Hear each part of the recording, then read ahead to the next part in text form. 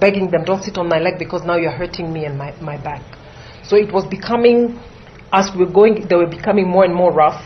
So after a while, I decided to keep a bit quiet, and I started feeling that we are going on a highway. The reason I say I know it was a highway, the bumps, there are those small bumps, and then afterwards there's a larger bump.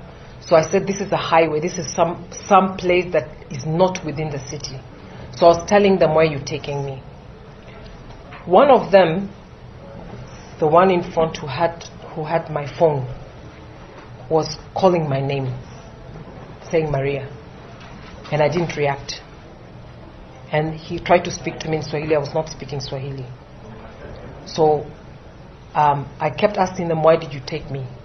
Then they said, can you confirm your name? But I didn't give them my name. So I said, but if you abducted me, you need to know who I am. Why did you abduct me if you don't know my name? And that's when the guy was again tightening and saying, now, give me your name. And I said, but you're torturing me for nothing. You took me. You need to know who I am. So we went and they stopped. After a while, I asked if I'm already at the police station. They told me to keep quiet, and they again put me down. They tried to get my head down. And in front, they got out of the car. It looked like they were either on the phone or consulting. I could hear sounds from far. We stood for a while, then again we continued with the journey. And I kept saying, are you taking me to the station? So the stops happened about, to my calculation, about 5 times. But I was getting confused with the time as it was going about 5 times. They stopped, and one was getting out. Toward the end, both the driver and the front passenger got out. They then also again told me to keep my head down, to keep quiet. Then the person from one side, and I don't know who it was, came to talk to the person who was holding me, whispered. I couldn't hear what they were whispering, and he covered my head with a jacket. So they were discussing something.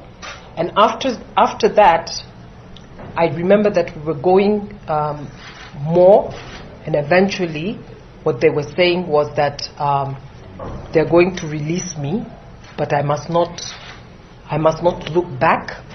I cannot look at the car once they remove it, and I have to wait until I hear the car disappear. I didn't know what time it was. When I stepped out of the vehicle, I had to wait until at the door until they took it off. It was very tight. They took it off, and I didn't turn. I was very scared.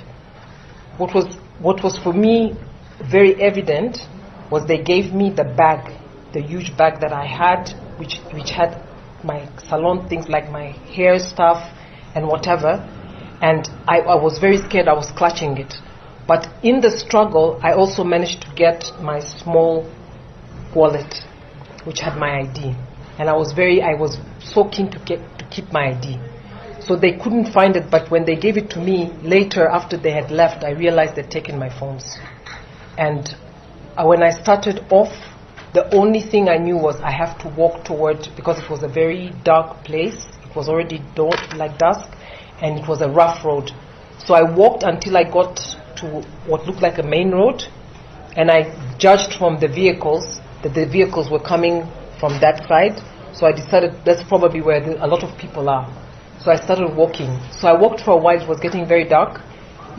There was no pavement. It was just beaten path. When I reached to a certain point, I saw some vehicles. I ran up. I asked one of them if it's an Uber. They said that they have a passenger. I walked furthermore, and then I just saw 2 cars parked.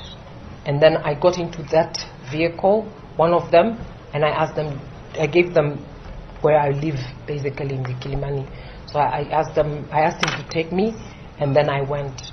One of the things that I was very scared of when they dropped me is that I felt that they were watching me.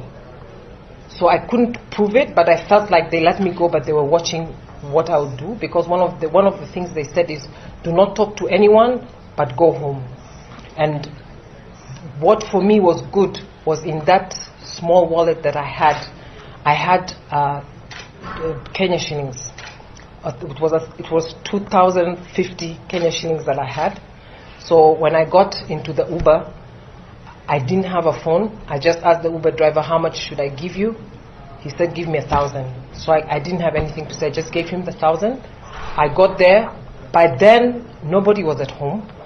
So I didn't have my phones. I managed to open my laptop. And on my laptop, I was able to make a phone call, first to my husband and then to some of the other people that I tried to reach. And then that is when Amnesty and everybody else came. And of course, then they started the arrangement for everything. I have not been able to access social media, in the sense that the first thing I did was to remove all my devices that were logged into Twitter and to some of the platforms. I am sure that part of the abduction was to get access to my devices and to get access to the activities that I do online, which include, of course, sometimes doing whistleblowing, but also doing a lot around abductions in Tanzania. So that is the first thing that I really felt that they really wanted. The other thing that I really felt was that, and I even actually commented to them, although they didn't answer, is they were taking me outside Nairobi, but they were taking me across the border. And I told them, and they asked me, why are you scared to go across the border? And they say, so you know you've done something wrong. I said, I have not done anything wrong. Then they asked me, then why are you scared to go? Why do you think that you will have trouble? I told them, it's because I'm a loudmouth. That's what I told them. So they were evading questions, but my conviction is that at least one person was constantly speaking to me in Swahili. So for me, that was one indication. The other indication was my devices was of very keen interest for that one individual to gain access to. So my conclusion at the end of the day is that this incident is straightforward an incident that is targeting what I do for Tanzania. And definitely I feel that this could not have been the way it turned out without public pressure.